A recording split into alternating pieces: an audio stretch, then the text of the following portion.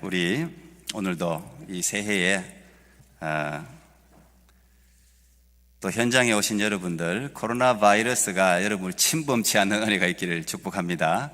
또 코로나 확진이 되셨거나 또 증상이 있으신 분들은 속히 회복이 되어서 면역력이 100배 되어서 앞으로 절대 코로나가 더 이상 침범치 않는 그런 건강의 은총이 있기를 축복합니다.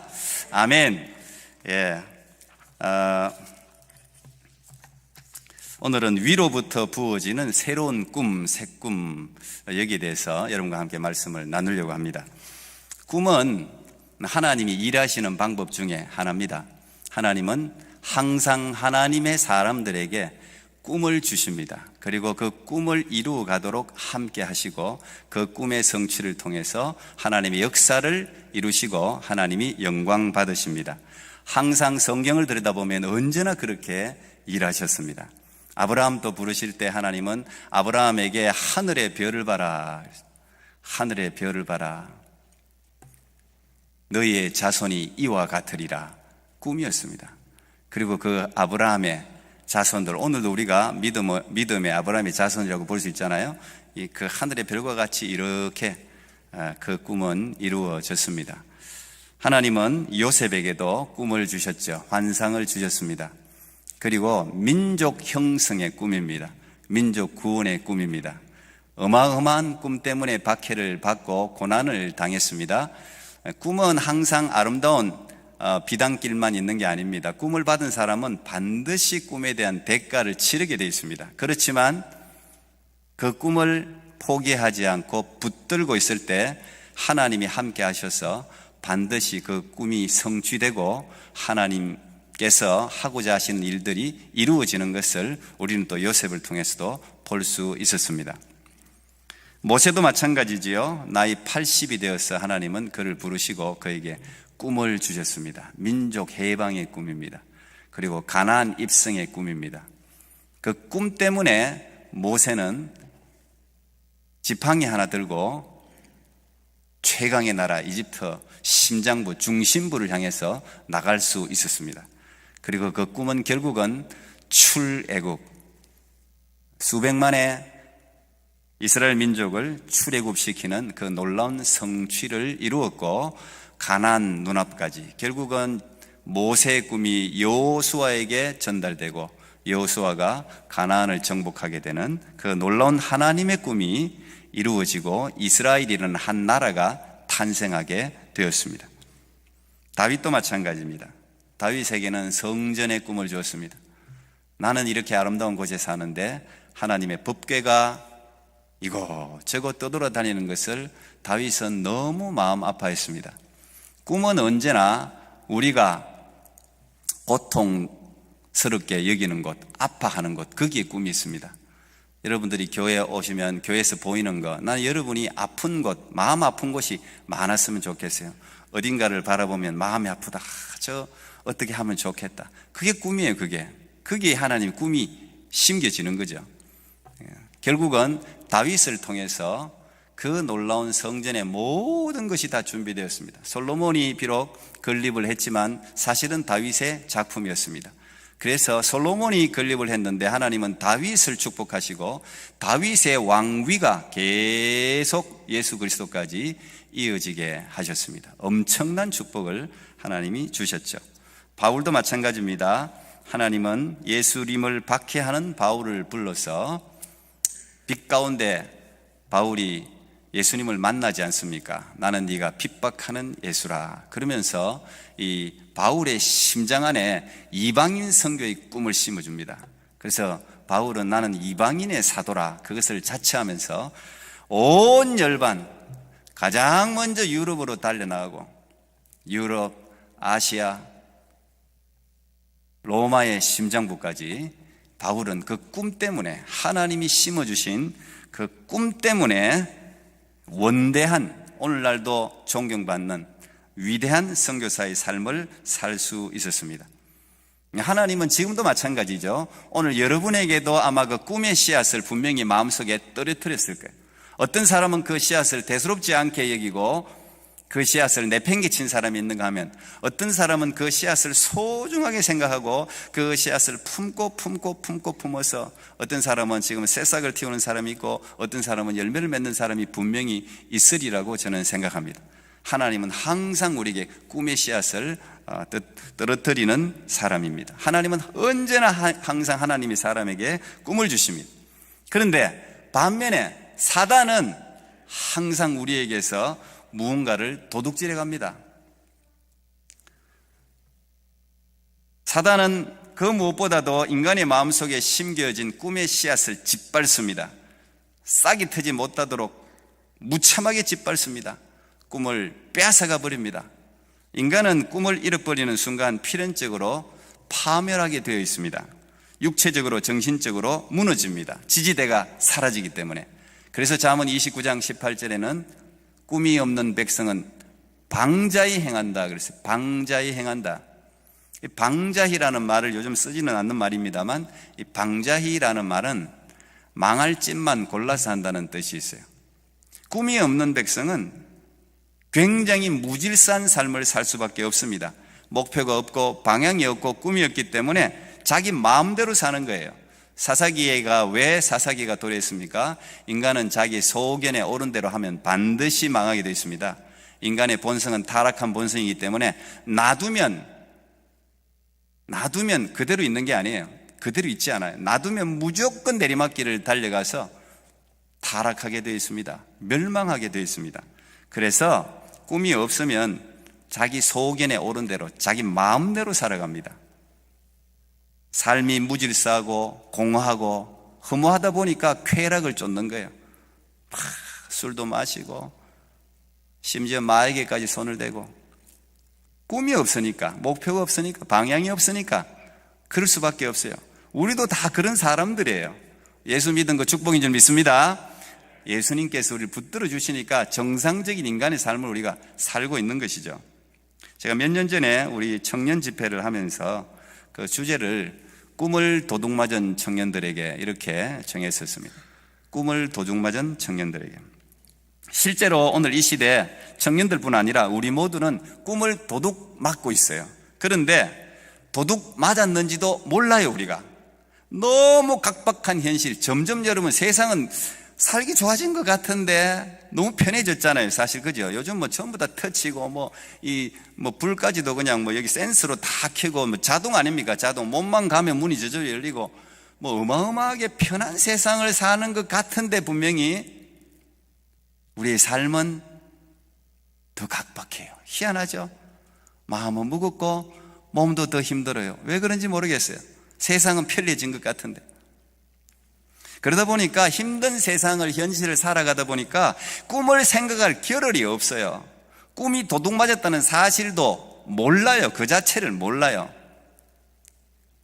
옛날에 제가 어렸을 때나 30대 40대도 그랬을 거예요. 아마 어릴 때 보통 우리 초등학교 들어가면 네 꿈을 적어라 이런 거 많이 했습니다. 그때 부모님이 직업이 뭐고 꿈을 적어 이런 조사를 참 많이 했어요. 꿈을 적으라 그러면 어쨌든 못 적어도 선생님, 검사, 판사, 대통령, 사장 이 정도 적었습니다. 요즘 그렇게 안 적습니다. 애들 요즘 그렇게 적는 애들 극히 드뭅니다. 왜? 너무 일찍 현실을 알았어요. 애들이 요즘은 정보가 그냥 애들 이거 폰 하나 들면은 그냥 다 여기 안에 들어있잖아요. 예. 거기에 음란물들도 얼마나 많습니까? 실시간으로 애들한테 배급됩니다. 그냥 애들이 뭘 쳐다보는지 어른들 감독이 안 됩니다. 할 수가 없습니다. 입을 뒤집어 쓰고 안에서 뭘 다 합니다. 그러니까 온갖 걸 다 알아요. 그러다 보니 좋은 것도 있겠지만 이 각박한 현실을 애들이 너무 빨리 알았어요. 그냥 꿈을 다 빨리 꺾어버려요. 한국은 다 뭡니까? 지금 다 난리잖아요. 공무원 하려고 난립니다. 물론 공무원 제가 욕하는 게 아니에요. 공무원 너무너무 좋은 직업이죠.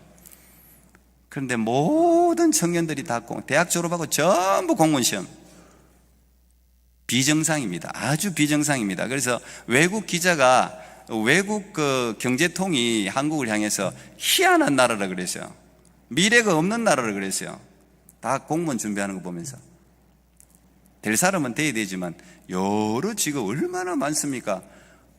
돌아가신 김우중 회장께서 말씀하신 것처럼 세계는 넓고 할 일은 많습니다. 실제로 아직도 그렇습니다. 근데 꿈을 잃어버리니까 현실만 보이는 거예요. 어쨌든 너무너무 안타깝죠. 요한복음 10장 10절에는 도둑이 오는 것은 도적질하고 죽이고 멸망시키려는 것뿐이요 내가 온 것은 양으로 생명을 얻게 하고 더 풍성히 얻게 하려는 것이다, 이렇게 이야기했습니다. 틀림없습니다. 사단 마귀가 도둑 아닙니까? 다른 번역서에는 이렇게 번역했는데 마귀는 양들을 훔친다, 양들을 훔치고 죽이고 파괴시킨다, 이렇게 이제 조금 더 마음에 와닿게 번역을 했어요. 실제로 사단 마귀는 하나님의 양우리에 든 양까지도 훔쳐가지고 죽이려고 지금도 우는 사자같이 두루다니며 삼킬 자를 지금도 찾고 있잖아요. 여러분 지금 예배 드리는 이 현장에도 찾고 있는 거예요. 지금 마음을 쫙 주님께로 집중하지 않으면 여기도 끌려가는 거예요. 여기도. 근데 더 무서운 것은 훔쳐내는 목적이 뭐라고요? 죽이고 파괴시키려고. 이게 도둑이 하는 일이에요. 마귀는 지금까지 계속 그것만 생각하고 있어요. 우리는 뭐 오래 살아봤자 100년이지만 마귀는 지금 어쨌든 타락한 이후로 지금 계속 있잖아요.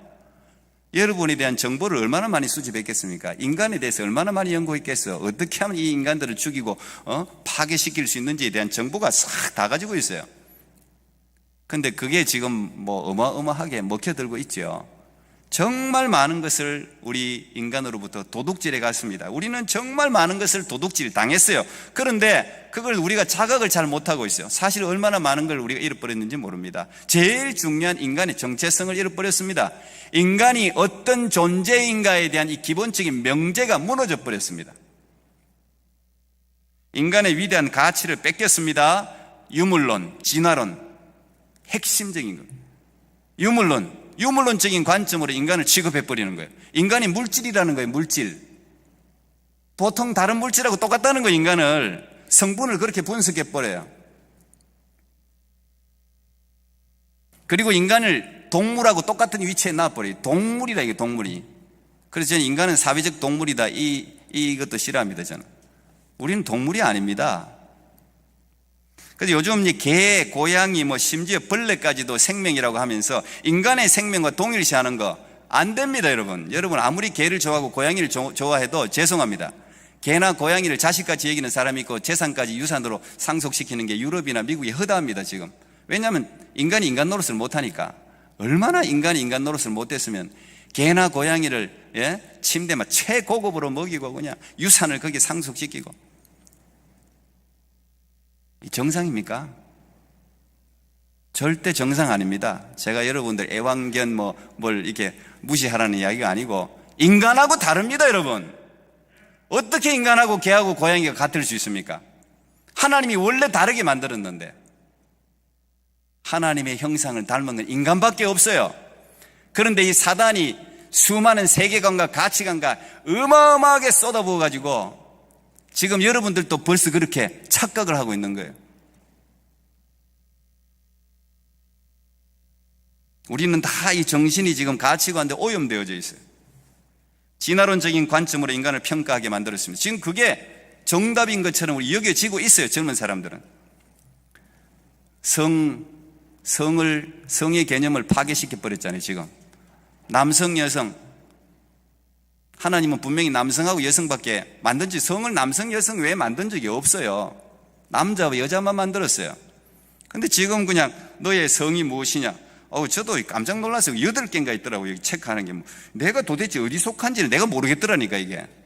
뜻도 잘 모르겠고. 정상입니까, 여러분? 하나님이 지금 이 세상을 아직 붙들고 있는 걸 감사하게 얘기됩니다. 아직 하나님께서 구원받아야 될 백성들이 있기 때문에 참고 계신 거예요. 우리가 거기에 대해서 자각해야 됩니다. 두려워해야 됩니다. 남성과 여성의 가치를 뒤집어 놓으니까 지금 젊은이들이 막 혼란을 겪고 있습니다. 지금 우리 애들도 마찬가지 학교에서 교육을 또 그리 받기 때문에 제가 레즈비언이다, 게이다, 이런 분들에 대한 인권을 뭐라고 하는 게, 그분들의 인권은 존귀한 겁니다. 그분들도 구원의 대상이에요. 그분들을 우리가 존귀 여기고 구원받을 수 있도록 기도해야 되는 것은 당연히 해야 되는 일이에요. 그렇게 해야 돼요. 그분을 무시한다는 게 아니에요. 그러나 그게 정상은 아니라는 거예요. 그게 사회적으로 확대되면 안 된다는 거예요. 아기를 못 낳아서 여러분 동성애자들이 입양을 해갖고 동성애자들 입양한 게 그게 인권적으로 맞는 이야기입니까? 아니죠. 그 아이의 인권은 어떻게 되는 거예요? 그 아이는 그걸 원치 않는데 왜 동성애자들은 애를 그리 입양해갖고 키운다? 말도 안 되는 이야기예요, 그거는.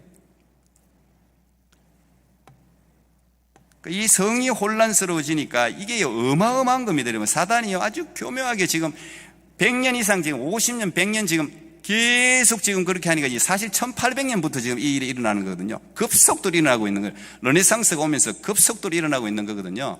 성에 대한 가치관, 세계관, 정상적인 기준들이 막 달라지고 있거든요, 지금. 그런데 우리가 거기에 그냥 끌려가다 보니까 몰라. 성의 파괴는 필연적으로 가정의 파괴로 이어집니다. 당연한 거죠. 우리 아이들도 참 너무 마음 안타깝게 생각하고 가끔씩 우리 아이들도 그런 이야기 한 적이 있어요. 중고등학교 다닐 때. 아내하고 저하고 다툴 때가 있지 않겠습니까? 아무리 천사같이 생겨도 다툴 때가 있지 않겠습니까? 아이들하고 이렇게 가끔씩 아이들 앞에서 다투면 아이들이 얼마나 스트레스 받아 하는지 모릅니다. 그러면서 이렇게 이야기합니다. 엄마, 아빠 이혼하면 안 돼요. 어휴, 뭐 깜짝 놀랍니다. 그 소리 들으면서. 이혼할까봐 두려워요. 왜? 자기 친구들이, 물론 다 그런 건 아니겠지만 10명 중에요, 뭐 50%는 기본이고 10명 중에 50% 이상 6명, 7명이 다 이혼 가정이에요, 친구들이. 그러니까 자기가 그 친구들 보니까 너무 마음이 아프다는 거예요. 너무 마음이. 애들이 엄마 아빠 사이에 왔다 갔다 하면서 눈치 보고. 물론 훌륭하게 자라는 아이들 참 감사하죠. 그런 아이들도 물론 많습니다만 대부분 그때 받은 그 왜곡된 그 정신적인 충격과 상처가요 굉장히 오래갑니다. 예수 믿고 거듭나면 그게 오히려 무기가 될 수 있는데, 그렇지 않으면 그 왜곡된 가치관이 또 왜곡된 자기의 삶을 만들어버려요. 이게 어디서 왔습니까? 성의 파괴에서 오는 거예요. 성의 파괴에서. 사단은 우리의 정신세계도 파괴하고 있죠. 언제나 부정적인 생각, 절망, 낙심, 우울증 막 이런 걸 막 유발시키지 않습니까? 가장 무서운 것은 사람에게 희망을 송두리째 빼앗아가 버린다는 거예요. 한 번 실수한 인생은 완전한 패배한 인생으로 생각하게 만듭니다. 다시는 일어서지 못하게 만드는 게 이게 어마어마한 사단의 전략이에요. 근데 성경은, 여러분, 성경의 위대함은 어디 있습니까? 성경은 인간이, 예수 믿는 사람이 실수하지 않는다 그렇게 말한 적이 없어요. 성경은 다 실수한 사람들 전부 이야기예요. 다윗도 어마어마한 실수를 하잖아요. 우리도 안 하는 실수를 다윗도 하잖아요. 베드로도 실수하죠. 모세도 실수하죠. 아브라함도 실수하죠. 전부 다 실수하고 실패합니다. 근데 성경은 실수하지 않는 게 않다고 이야기하지 않고 그 실수와 실패를 극복하고 그 실패를 통해 새로운 인생의 재료로 그 실패를 사용하는 모습을 우리에게 보여줘요. 제가 그때 그 청년 집회에서 제가 이 버지니아에 대한 이야기를 한 적이 있습니다.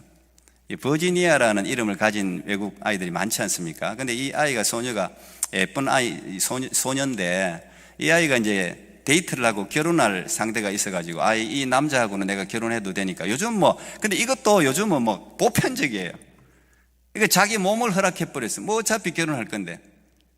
근데 이 남자하고 결혼했습니까? 안 했습니다. 이 남자가 자기를 차고 떠나버렸어요. 어마어마한 충격을 받아요. 자기 처녀성이 상실되었어요. 버지니아는 버지니티, 처녀라는, 버진이라는 처녀라는 그 이름 그 안에 들어있잖아요. 근데 버지니티, 처녀성을 잃어버렸어요. 그러니까 자기가 충격을 받고 자기 몸을 마음대로 그때부터 사용해버렸어요.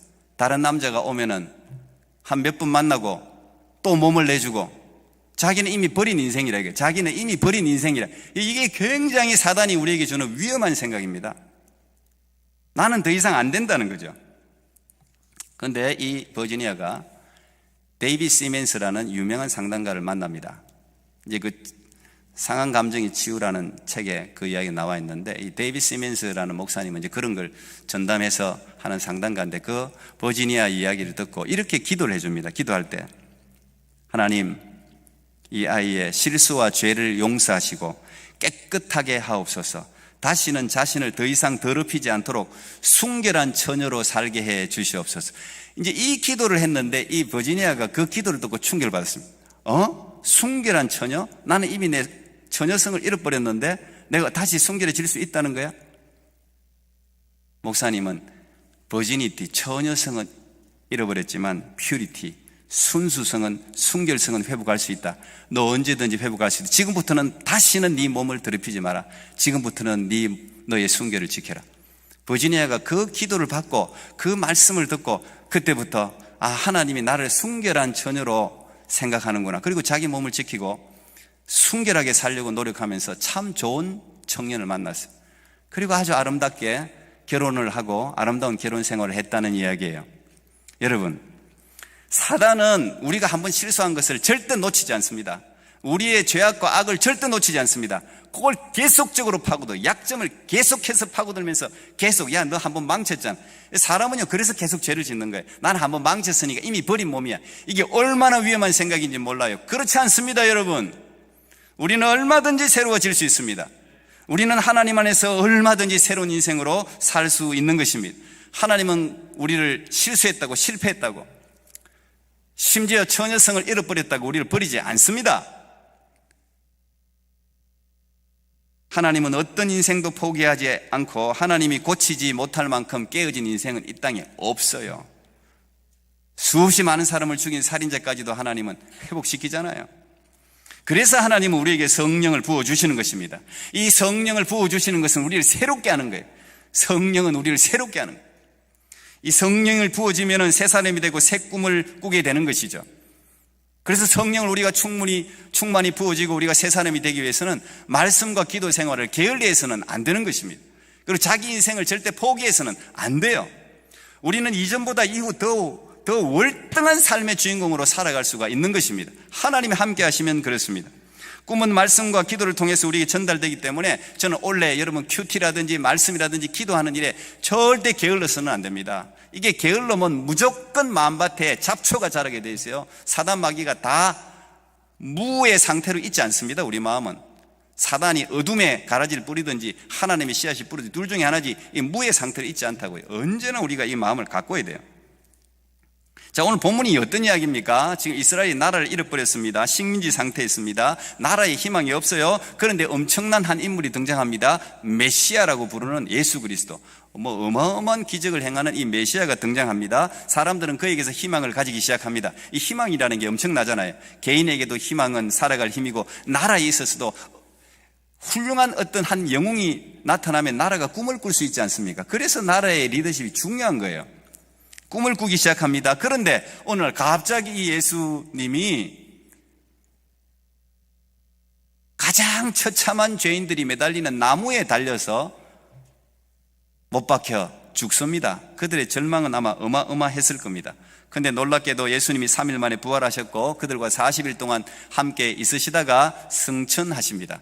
그리고 승천하시면서 그들에게 성령을 약속하시죠. 약속하신 성령을 기다리라. 그래서 그를 따르던 120명, 12사도를 포함해서 120여 명의 사람들이 마가다락방에 모여서 기도하기 시작합니다. 하나님이 약속하신 성령이 어떤 것일까? 성령을 부어주옵소서. 간절히 기도했습니다. 한 10일 정도 간절히 기도했습니다.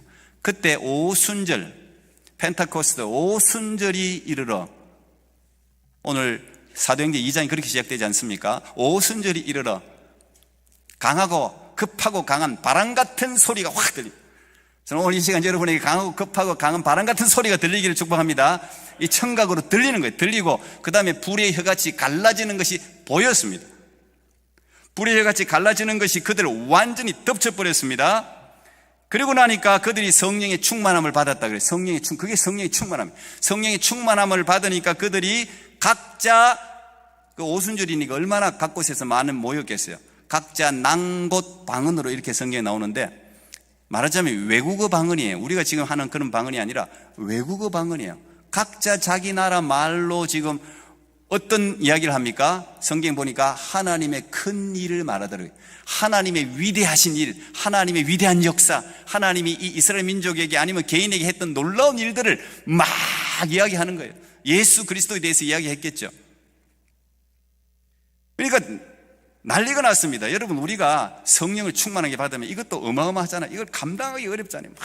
그냥 뭐든지 하고 싶잖아요. 춤을 추면서 그냥 기쁨이 흘러 넘치고, 강물 같은 기쁨이 흘러 넘치고. 세상과 나는 강고 듣고 구속한 주만 보이도다. 성령 충만한 모든 사람들이 똑같은 특징이에요. 저는 저만 그런 경험이 있는 줄 알았는데, 목사님들 또 평신도들이 간증하는 것들 보니까 거의 대동소이하더라고요. 똑같더라고요. 어떻게 이렇게 똑같은지 모르겠어요. 저도 그냥 중학교 2학년 때 성령 받고 밤새 기도했죠. 밤을 꼬박 샜습니다. 새벽에 나오는데 그냥 나무가 춤을 추고 냇물 소리가 그냥 찬송가, 멜로디, 모든 게 그냥 얼마나 아름답게 보이든지 천지가 다 내 것 같아요. 제가 중학교 때 그런 경험을 했는데, 다른 목사님들 이야기하는데 똑같더라고. 어떻게 똑같은 그런 말을 하는지 모르겠어요. 그분들도 그런 이야기 하더라고. 나왔는데 천지가 자기를 위해서 만든 것 같고. 그냥. 만약 그런 경험이 없으신 분이 계시다면 반드시 받기를 축복합니다. 반드시 받아야 신앙의 기쁨이 있어요. 그래야지 여러분 고난과 역경을 뚫고 나갈 수가 있어요. 사람들이 모여들죠. 도대체 어떤 일이냐, 이게 도대체 무슨 일이냐, 사람들 보니까 난리가 났어요. 막 제어하기가 힘들어. 사람들이 하나님의 큰일 찬양을 막 하는데 제어하기가 힘들어. 120명 여러분 생각해 보세요.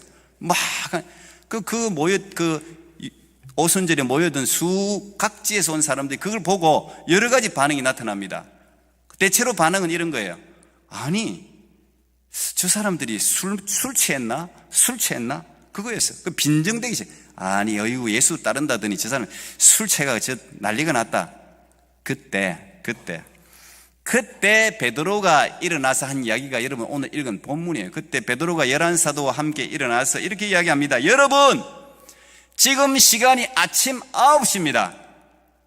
아침 9시부터 술을 먹지 않습니다. 우리는 술 취한 것이 아닙니다. 지금 일어나고 있는 이 현상은 여러분이 알고 있는 선지자 요엘이 이미 이야기한 예언이 성취된 것입니다. 하나님이 말씀하시기를 말세에 내가 내 영을 모든 육체에 부어주리니 너희의 자녀들은 예언할 것이요 너희 젊은이들은 환상을 보고 너희의 늙은이들은 꿈을 꾸리라. 요엘서의 이야기가 성취된 거라고 설명을 해줘요. 지금 그 장면이에요. 근데 참 놀라운 것은 예언과 환상과 꿈은 구약시대에 하나님의 뜻을 계시하던 대표적인 방법이긴 한데, 이게 구약 백성들 모두가 경험하는 게 아니에요. 옛날 구약시대는 항상 하나님이 어느 한 특정한 사람에게 찾아가서 성령을 부었어요. 그리고 그 사람을 선지자로 예언자로 이렇게 세웠어요. 근데 오늘은 내가 내 성령을 붓는데 누구에게 붓는다고요? 남녀노종 모든 사람에게 다 붓는다는 거예요. 아이들은 예언하고 젊은이들은 비전을 보고 늙은이들은 꿈을 꾼다는 거예요. 이거는 구약시대는 있을 수 없는 이야기예요. 그리고 이걸 부어준다는 거예요. 부어준다는 건 여러분 뭡니까? 찔끔찔끔 준다는 이야기가 아니잖아요. 부어준다는 이야기는 차고 흘러 넘치도록 준다는 거 아닙니까? 하나님이 뭐가 아까워서 여러분에게 찔끔찔끔 주겠습니까? 저는 지금까지 그 찔끔찔끔이라도 받으면 감사한 거지만 2022년에는 그냥 확 쏟아부어주는 축복이기를 축복합니다. 쏟아부어줘야, 하나님이 그냥 쏟아부어줘야 돼. 주체치 못하도록 그냥. 오늘 쏟아부어준다고 약속하셨어요. 근데 여기서 이제 주목할 게, 저는 오늘 이 단어에 주목하는데, 하나님이 말씀하시기를 말세에, 마지막 때에 부어준다는 거예요. 마지막 때. 근데 이 마지막 날의 특징을 성경은 여러 곳에서 이야기합니다. 오늘 디모데후서 3장에 그냥 1절부터 5절까지 나타난 특징을 보면 이렇습니다. 3장 1절 2절만 제가 읽겠습니다. 디모데후서, 너는 이것을 알라. 말세에 고통하는 때가 이르러 사람들이 자기를 사랑하며 돈을 사랑하며 자랑하며 교만하며 비방하며 부모를 거역하며 감사하지 아니하고 거룩하지 아니하고, 그 뒤에 계속 이제 이어집니다. 그 뒤에는 폭력이 난무하고 배신이 난무하고 조급하고 절제하지도 못하고 쾌락을 하나님 사랑하는 것보다 더하고, 이게 말세의 마지막 때의 특징이라는 거예요. 근데 여러분 보십시오. 오늘날 너무 많이 닮지 않았습니까? 마지막 때에 말세에 고통하는 때가 이른다. 다른 번역서에는 어려운 때가 이른다. 한마디로 정말 이런 세상 살고 싶지 않아, 이런 때가 이른데, 그게 말세의 특징이라는 거예요. 도무지 희망을 발견할 수 없는 그런 시대가 말세입니다. 희망 없으면 사람은 죽는 거예요. 근데 그게 말세의 특징이에요. 그런데 하나님이 뭐라고요? 내가 말세에, 이 마지막 때에, 사람들이 희망을 발견할 수 없는 때에, 가장 어려운 때에, 고통당하는 때에, 그때 내가 내 영을 부어준다는 거 아닙니까? 왜? 그 성령이 아니고는 그 말세를 살아갈 수가 없다는 이야기예요. 성령을 받아야 된다. 사방으로 길이 막혔을 때 얼마나 절망스러운지 여러분 아시죠? 저도 산에서 길을 잃어버린 적이 있고요, 바다에서 길을 잃어버린 적이 있어요. 그거는 제가 예전에 한번 이야기한 거, 선교지 가서. 근데 산에서 길을 잃어버렸을 때 제일 두려운 게 밤이 찾아올 때예요. 이 빛이 있을 때는 막 길을 잘 몰라도 그냥 대충만 알아서 그냥 이 갔다가 저기 갔다 해서 길을 찾을 수 있는데, 어둠이 몰려오는 순간이 굉장히 두렵습니다. 저는 이제 그걸 경험한 적이 있죠. 바다에서는 더 두려워요. 바다에서 빛이 하나도 없고 그냥 배가 고장 났을 때 어마어마한 공포가 몰려오더라고요. 근데 여러분, 그 순간에 어디에선가 쫙 빛을 발견하게 되면요, 야, 살았다, 이렇게, 그냥 살았다, 이렇게 되는 거예요. 살았다. 그게 생명의 빛이에요. 그게 비전이고, 그게 꿈이고, 그게 환상이에요. 그래서 성경에는 환상이 많이 기록된 성경은 전부 다 어려울 때입니다. 다니엘, 예레미야, 에스겔, 요한계시록, 시대적으로 전부 암울할 때예요. 전부 다 어두울 때예요. 나라가 완전히 빼앗기고, 예루살렘 성이 무너지고, 포로로 끌려가고, 도저히 자기 힘으로, 자기 나라 힘으로는 길이 없는 순간에 하나님은 언제나 꿈을 주셨어요. 환상을 주셨어요. 어디에서? 하늘에서, 위로부터. 사방이 다 막혔어도 위에서부터 꿈을 줘서 견디게 한단 말이에요.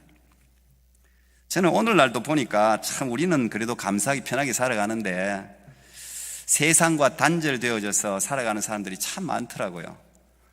제가 아내 통해서도 많은 걸, 병원 다니면서 많은 걸 봤는데 정말 이상한 질병을 앓는 환자들이 정말 많더라고요. 물론 이제 병원에서 제가 제일 안타깝게 생각했던 것은 어린이 백혈병 환자 애들이 참 거의 달고 이렇게 애들 보니까 너무 가슴이 아프더라고요.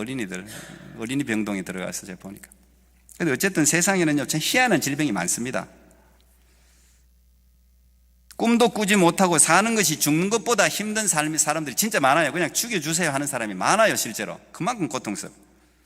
임경식이라는 구술화가가 있는데, 이 구술화가는 입으로 이제 그림 그리는 화가인데, 이 사람도 19살에, 요즘 여러분 장애인들의 100명이 있다 그러면 장애인의, 이건 정확한 통계인지는 모르겠어요. 제가 매스컴에서 들었는데 90%가 후천적 장애랍니다. 태어날 때는 장애인이 아니었는데 사고로 장애인 된 사람이 90%랍니다. 그만큼 많습니다. 근데 이 사람도 마찬가지, 19살에 오토바이 사고가 나가지고 목 이하로 완전히 마비돼 버렸습니다. 목 이하로 마비돼 버렸는데 19살 한참 막 건강할 때 이거 잃어버리니 얼마나 절망적이었겠습니까? 그런데 더 절망적인 것은 4년 전에 자기 어머니가 뇌졸중이 와가지고 편마비가 왔어요. 어머니가 자기를 돌봐주는데, 어머니도 마비가 와가지고 그냥 자기한테 한번 밥을 떠먹여 주려고 그래도, 근데 그 모습을 보는 게 자기가 너무 괴로워가지고, 너무 괴롭더래요. 자기 엄마도 그 마비가 와가지고 이런데, 그 어머니가 다행히 믿음이 너무 좋으셔가지고 15분이면 걸어갈 거리를 50분씩 매일 새벽에 가가지고 아들을 위해서 늘 기도하고 와서 아들 보고 희망을 주고, 아들이 막 얼마나 짜증납니까? 환자들은요, 제가 제 아내한테 정말 내가 고맙게 생각하는 게, 저한테 짜증을 한 번도 안 부렸어요. 진짜 그 항암하고 이러면 짜증이 어마어마하게 나거든요. 환자들은 짜증을 한 번 안 부리네. 너무 고맙게 생각하는데, 근데 이 짜증을 그냥 어머니한테 다 쏟아내는 거야. 그러면서 자기 엄마가 자기를 먹여주는 게 고맙긴 하지만 엄마 보니 너무 가슴이 아프니, 엄마, 자기가 지금도 가슴이 한이 되는 게 죄송한 게 그거라 그러더라고. 엄마, 제발 부탁인데 날 좀 죽여줘. 자기는 왜 밑에가 죽고 싶어도 죽을 수가 없대. 이것밖에 못 움직이니까. 엄마, 날 좀 죽여줘. 날 좀 죽여줘. 그래야 내가 편할 것 같아. 날 좀 죽여줘. 저는 이해가 가요. 그럴 것 같아요. 그렇게 13년을 그렇게 있었습니다. 13년을. 근데 이 사람이 어머니 이야기를 참 많이 하던데 어머니 기도 때문인지 마음속에 그래 13년 만에 일어나야 되겠구나 그런 마음이 들더래요. 그래서 자기가 할 수 있는 게 뭘까를 이제 찾은 게 이 붓으로 입은 살아 있으니까 입으로 그림 유튜브를 통해서 저 그림 그리는 걸 매일 그림 그렸답니다. 그리고 이게 어떻게 사람들한테 알려져 가지고 개인 작품 전시회까지 하게 됐는데 처음 개인 작품 전시회를 할 때는 어머니가 세상을 떠난 시점이라가 그게 너무 가슴 아프다고 그러는데 이 사람이 이제 저기 지금 여러분 작품이 있는데 저기 제일 이 사람이 즐겨 그리는 작품이 금붕어, 의왕 속에 있는 그 금붕어를 의왕 밖으로 꺼내는 거예요. 의왕 안에 있는 모습이 자기 모습하고 똑같으니까 이 금붕어를 자유롭게 해주고 싶어가지고 항상 금붕어가 그냥 하늘로 배로 산천으로 그냥 막 날아다니는 그런 그림을 그렸는데 이제 그게 이렇게 알려진 거예요. 그리고 이쪽에는 거북이 그림 아니에요. 거북이 그림. 저 제목이 꿈을 꾸다라는 제목이 꿈을 꾸다. 자기 움직이지 못하지만 자기 마음속에 있는 것을 선생님이 한번 표출해 보라 그러니까 꿈을 꾸다. 꿈이 내를 이끌어간다. 그래서 저 거북이는 자기 아버지가 지금 80몇 살인데 아직 아버지가 또 자기를 돌봐주고 있대. 아버지 좀 오래 사시라고 거북이. 그리고 느리게 가는 자기의 모습을 생각하면서 거북이 그림을 저렇게 그렸다고 하던데 여러분 결국은 이 화가도 꿈 때문에 마지막에 이분이 이 세바시라는 그 한국에 알려진 그 강의 유튜브가 있는데 거기 마지막으로 하는 말이 이런 말을 하더라고요. 죽어도 되는 삶은 없습니다. 제가 엄마한테서 배운 게 그래. 죽어도 되는 삶은 없습니다. 모든 사람은 상태가 어떻든 간에 살아야 된다. 살 가치가 있다는 거예요. 여러분 그런 줄 믿습니다. 아무리 실패해도 살 가치가 있습니다. 그리고 우리를 살아갈 수 있도록 방향을 제시하는 것은 꿈입니다. 꿈. 마음속에 꿈틀거리는 꿈. 여러분 캐나다의 영웅 그러면 테리 팍스입니다. 저도 여기 와서 알았어요. 테리 팍스. 근데 지금은 이제 한국에도 테리 팍스 달리기가 있어요. 테리 팍스 런이 지금 60개국 이상에서 이거 합니다. 근데 이 사람 21살에 이 골육종입니까? 해가 오른쪽 다리 잘라냈잖아요. 다리 잘라내니까 이 운동선수였는데 원래. 근데 이걸 잘라내고 나니까 꿈이 사라졌잖아요. 그런데 이 의족을 달고 꿈을 꾸기 시작하는 거예요. 자기 같은 암 환자를 살려내는 그런 기금을 조성해야 되겠다. 야, 이 20대 청년이 말이죠. 그래서 저 의족을 끼고 달리지 않습니까? 자, 그 당시에 캐나다의 인구가 얼마였다? 2250만 명인가 그랬습니다. 그래서 한 사람당 1불씩 2250만 달러 목표로 뛰기 시작했습니다. 여러분 잘 아시잖아요. 어마어마하게 뛰었죠. 결국은 암이 재발돼가지고 결국은 23살에 죽었습니다만은 지금도 저 테리 팍스의 그 꿈이 지금도 이어져서 기금 조성이 어마어마하게 됩니다. 우리 아이들도 학교에 테리 팍스 보면 기금 내고 하잖아요. 얼마나 많은 사람들이 저 한 사람의 꿈 때문에 지금 생명을 살아가고 있지 않습니까? 하나님은 말세에 시대적인 말세 아니라도 여러분 개인적으로 어려운 때에 하나님은 내가 내 영을 너희에게 부어준다 그래요. 부어준다고 하는데 우리가 못 받을 이유가 뭐 있어요? 부어주신다는데 우리가 마음을 열면 이 꿈이 우리 가운데 들어올 줄 믿습니다. 성령의 꿈이 우리 가운데 들어오면 현실에 아무것도 붙들 게 없어도 현실을 돌파할 수 있는 힘이 생기는 거예요. 꿈은 이정표와 같은 겁니다. 어디로 가야 될지 방향을 제시해 주는 거예요. 그게 중요하잖아요. 사람은 할 일이 없는 게 제일 사실은 힘든 거거든요. 갈 직장이 없고 할 일이 없을 때 놀면 좋을 것 같죠. 하루 이틀이지, 한 달, 두 달이지. 여러분 그거 지옥 같은 삶입니다. 할 것도 없고 불러주는 사람도 없고 할 일도 없고 가야 할 것도 없고. 그래서 노인들이 힘든 거예요. 그런데 예수 믿으면 괜찮아요. 노인들도 꿈을 꾸잖아요. 성령이 꿈을 주잖아요. 그래서 노인들요, 예수 믿는 분들은 제가 이렇게 만나보면요, 바빠요. 바빠. 굉장히 바빠요. 기도하기도 바쁘고 말씀 보기도 바쁘고 전도하기도 바쁘고 그냥 다 바빠요 보니까. 그게 예수 믿는 사람, 하나님이 주신 은혜 아니겠어요? 우리가 성경을 펼치면 이 삶의 이정표가 보입니다. 이 성경이 성령으로 기록된 책이기 때문에 이 성경 속에 우리가 가야 할 길이 있는 거예요. 그래서 공산당, 독재자 그런 사람들은 다 제가 성경을 빼앗아 간다 그랬잖아요. 마귀에게 속한 집단들은 전부 우리에게서 성경을 빼앗아 가요. 그럼 꿈을 빼앗아 가는 거하고 똑같아요. 참 희한하죠? 이런 집단들은 성경이 우리에게 꿈을 주고 생명을 준다는 걸 너무 잘 알아가지고 이걸 빼앗는데 우리는 그걸 몰라요. 이게 어마어마한 책이거든요, 사실. 여러분 생각해 보세요. 일본 강점기 때 이 성경 읽게 만들었습니까? 아닙니다. 저는 몰랐는데 어제 저희 모친하고 통화를 하다가 우리 모친도 일본 사람한테 어릴 때 많이 맞았다 그러더라고요. 일본 하면 그래서 한국이 치를 뜰 수밖에 없나 봐요. 모든 한국의 그 키를 다 빼앗아가고 꿈을 꺾으려고 그런 거 아닙니까? 전부 꿈을 꺾으려고. 그 성경이 꿈을 주는 책이니까. 공산당 등도 마찬가지 아닙니까? 공산당이 성경 읽게 합니까? 성경을 다 빼앗아가지요. 왜? 이 성경은 우리에게 꿈을 주는 책이니까, 희망을 주는 책이니까, 살아있으니까. 제가 이면수 목사님 이야기를 가끔 했는데, 이 이면수 목사님도 여러분 지옥 같은 그 북한에서 살아남을 수 있었던 두 가지, 자기가 붙들은 두 가지. 첫째는 꿈이었습니다. 자기가 북한에 가자마자 제일 먼저 꿈 꾸었다고 그랬어요.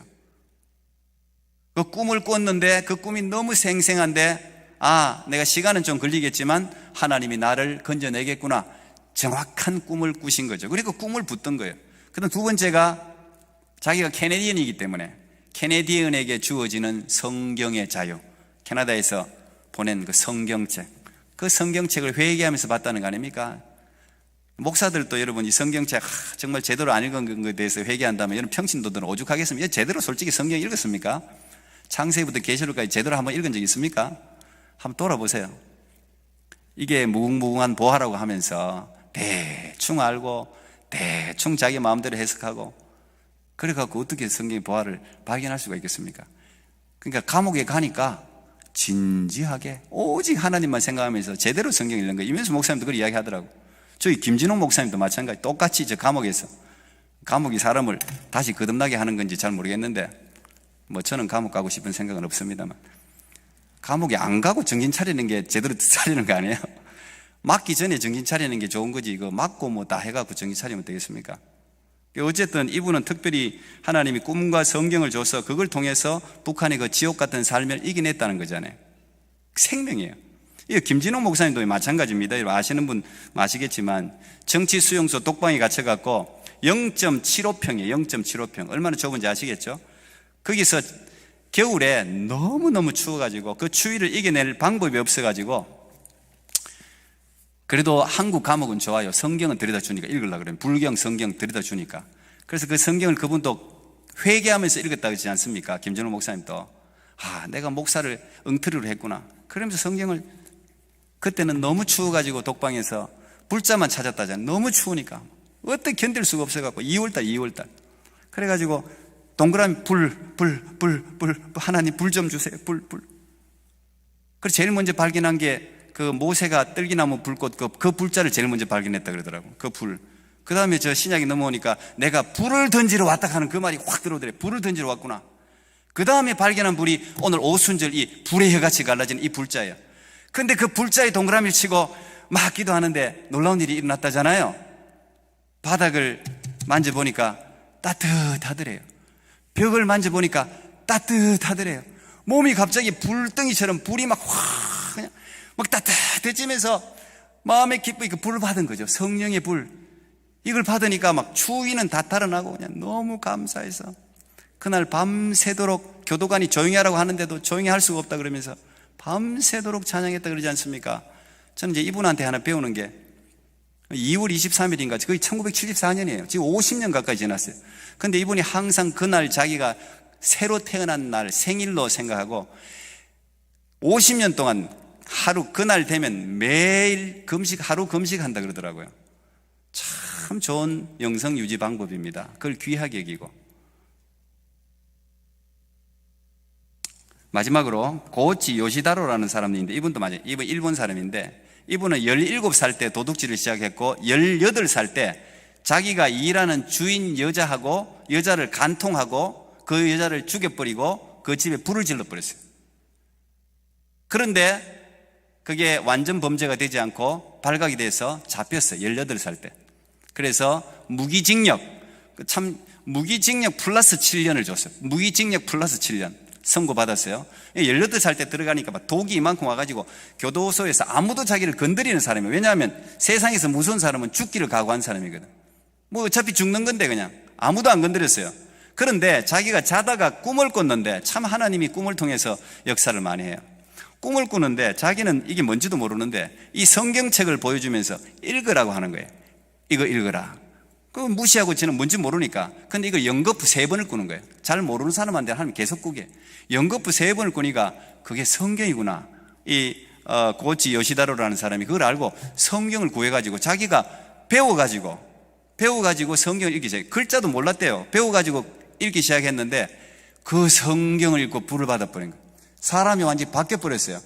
그래가지고 성령 받으면 특징이 뭡니까? 이걸 전하는 거잖아요. 교도소에 사람들 만나는 사람마다 그냥 이 복음을 전하는 거예요. 성경을 읽게 하고 복음을 전하고 삶이 바뀌잖아요. 순해지지 않습니까? 성령 받으면. 성령의 열매가 그런 거니까. 그러니까 이 사람이 무기징역이었는데 오래된 사람이 1889년생인데 1904년에 모범수로 추록이 됩니다. 가추록됩니다. 그리고 그때부터 그리스도인의 삶을 살았다는 거 아닙니까? 참 놀랍죠? 여러분, 하나님의 꿈, 하나님의 말씀, 하나님의 성령 다 똑같은 거예요. 이게 우리에게 임하면, 이게 부어지면 우리가 새로운 역사의 주인공이 될 수 있는 것입니다. 여러분, 이 새해에 정말 이 하나님이 주시는 꿈, 그 꿈으로 무장해서 실패했다고, 좌절했다고, 잘못 실수했다고 자기 인생을 절대 포기하지 않고, 내 인생은 내게 아니에요. 내 인생은 하나님께 속해 있는 거예요. 하나님이 우리를 고치셔서 반드시 더 나은 하나님의 인생으로 바꾸어낼 것을 믿습니다. 그런 놀라운 인생의 주인공이 되기를 축복합니다. 기도하겠습니다. 하나님 감사합니다. 오늘 위로부터 부어지는 새 꿈에 대해서 말씀을 들었습니다. 아버지여, 그렇습니다. 우리는 아무리 잘하려고 해도 하다 보면 실수도 하고, 우리 버지니아 같이 전여성을 잃기도 하고, 하나님 정말 세상에서는 또 사람들이 조롱하고 용서하지 않는다고 하는 그런 범죄를 저지를 수도 있습니다. 그러나 하나님, 우리는 존귀한 존재, 하나님께만 돌아가기만 하면 하나님이 우리를 고치셔서 더 위대한 인생으로 만들어내실 줄 믿습니다. 하나님, 우리 토론토 꿈역의 모든 성도들이 이 새해에는 위로부터 부어지는 하나님의 꿈, 새 꿈을 받아 새로운 역사의 주인공으로 살게 해 주시옵소서. 예수님 이름으로 기도합나이다. 아멘.